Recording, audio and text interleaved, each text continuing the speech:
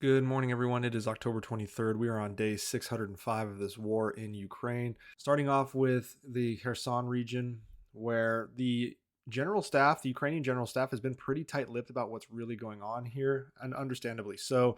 Officially, the only information that they're releasing is that the Ukrainian defense forces are engaged in counter battery warfare and that they're successfully targeting the enemy's rear lines. However, there are reports coming out of the Russian space, out of Russian sources, that say the Ukrainian army has completely taken the town of Krinky right here.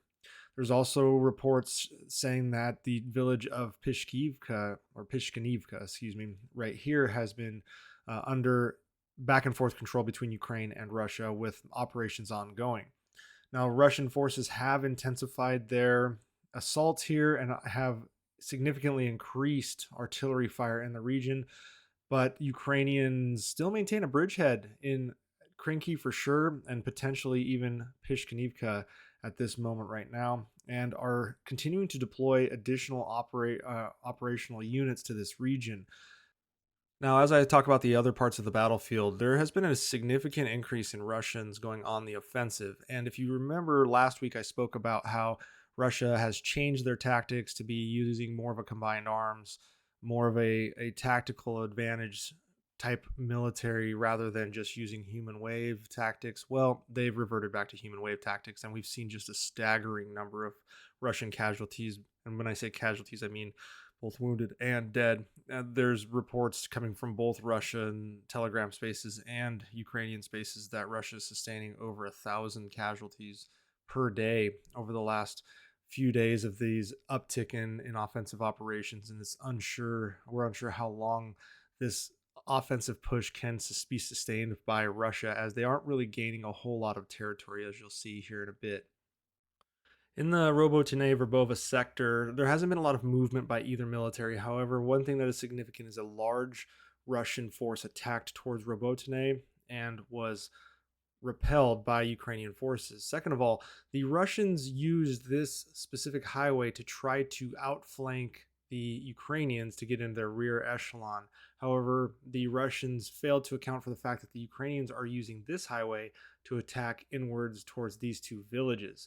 What the Ukrainians have been doing is using this highway consistently to conduct just some sort of recon or small arms, small unit tactic fights in these two villages.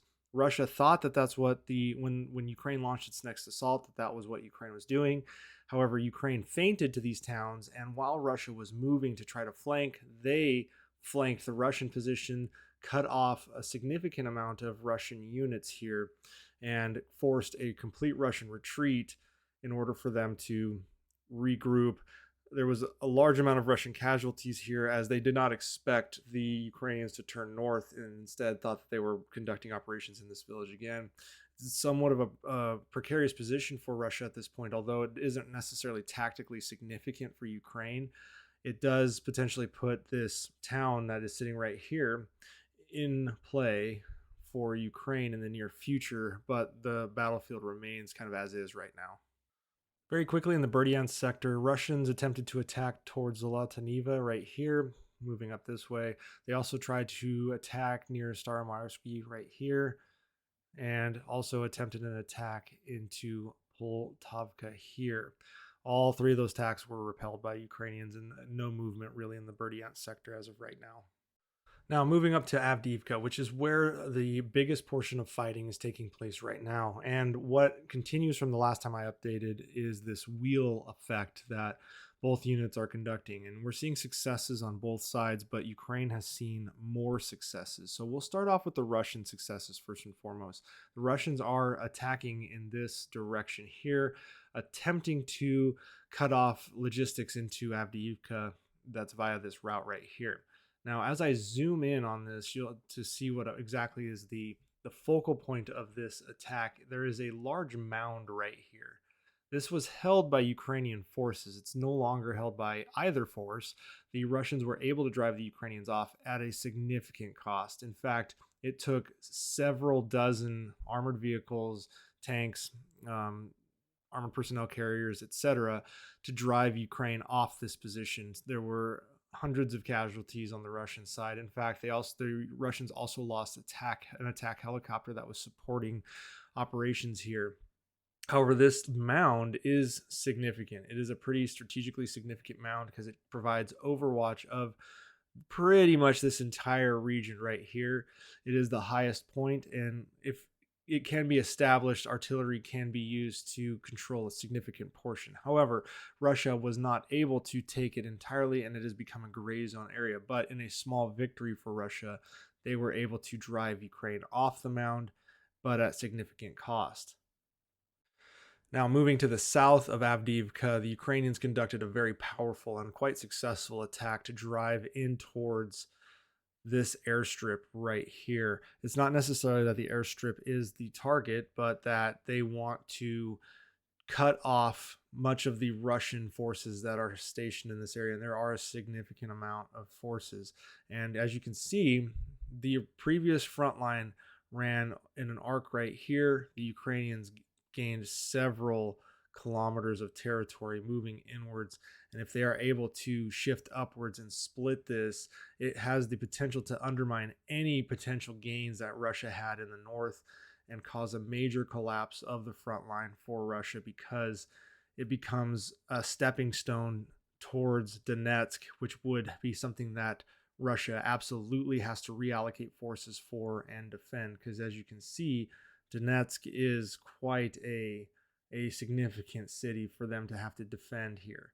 And this is a city where there's a lot of partisan activity undermining Russian efforts. So if Avdiivka can become less of a target because Russia has to redeploy forces to defend Donetsk, that relieves a lot of pressure for the Ukrainians. And we see that taking place in real time as Ukraine is pushed hard with major offensive operations and have had pretty good successes there. So again, it's just a tale of who can outmaneuver who in this situation. We have Russia wheeling this way and we have Ukraine pushing this way. So it's an interesting scenario. Like I said, Russia saw some successes by driving Ukraine off this mound, but Ukraine has also seen pretty strong successes by pushing towards Donetsk in this region.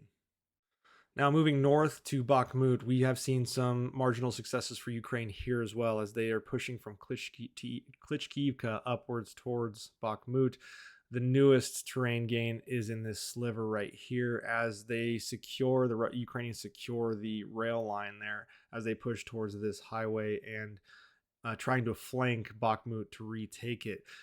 A good portion of Russia's forces are now focused on this region. They're conducting counterattacks to try to hold the Ukrainians in position here towards Avdiivka and Klitschkiivka. The problem is the Russians do not have a lot of forces in this region relative to what the Ukrainians are bringing to bear from a combat power perspective. So it's difficult. Russia isn't seeking to regain territory. They're trying to just hold out long enough for additional reinforcements to come, although I don't know where those reinforcements will come from without it taking away from other portions of the battlefield. However, Ukraine is not necessarily seeking for this to be their main effort advantage right now, though they are seeing successes. They may pivot to try and retake Bakhmut at some point if it is feasible, because, as I've said, they're seeing gains in the south near Klitschkiivka, as well as north of Bakhmut up towards Berkivka in this direction here. Now, moving north from Bakhmut up towards the Kupiansk to Svatova to Kreminna line, this is a massive front line that runs roughly through this entire region here. This is an opposite scenario for Russia and Ukraine than what was taking place in Bakhmut. This is where Russia seems to have reignited some large counteroffensive or large offensive operations, specifically in this area here from Svatova, and then trying to move southwest into Kupiansk to try and retake some territory. Now, I still don't think this is an effort to try to actually deal a killing blow to Ukraine in the Kharkiv region, but rather, again, trying to relieve the pressure from places like Bakhmut, from places like the southern regions, specifically Robotyne, Berdyansk, etc., and bring those forces upward so that they can try to stalemate out through the winter. However, Ukraine has stated many times they aren't seeking a stalemate. to to slow operations in the winter. They're going to continue to keep the pressure up on Russia as best they can, weather permitting, obviously.